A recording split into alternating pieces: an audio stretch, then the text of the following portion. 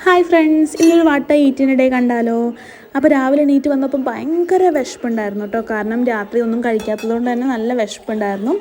അപ്പോൾ ഞാൻ ചപ്പാത്തിയും നല്ല മുട്ടക്കറി ഉണ്ടായിരുന്നു, അപ്പോൾ അത് കഴിച്ചു. പിന്നെ മാമനും അമ്മമ്മയും പോകുന്ന ആ സമയത്ത് മോൾക്ക് ബൈക്കിലൊന്ന് ചുറ്റടിക്കുന്നൊരു പതിവുണ്ട് കേട്ടോ. അപ്പോൾ അതിന് വേണ്ടിയിട്ട് അവൾ പോയി. അങ്ങനെ പിന്നെ ഒരു 10 മണിയായപ്പോൾ ഞങ്ങൾ രണ്ടാളും കൂടി വാട്ടർമെലൺ കഴിച്ചു കേട്ടോ.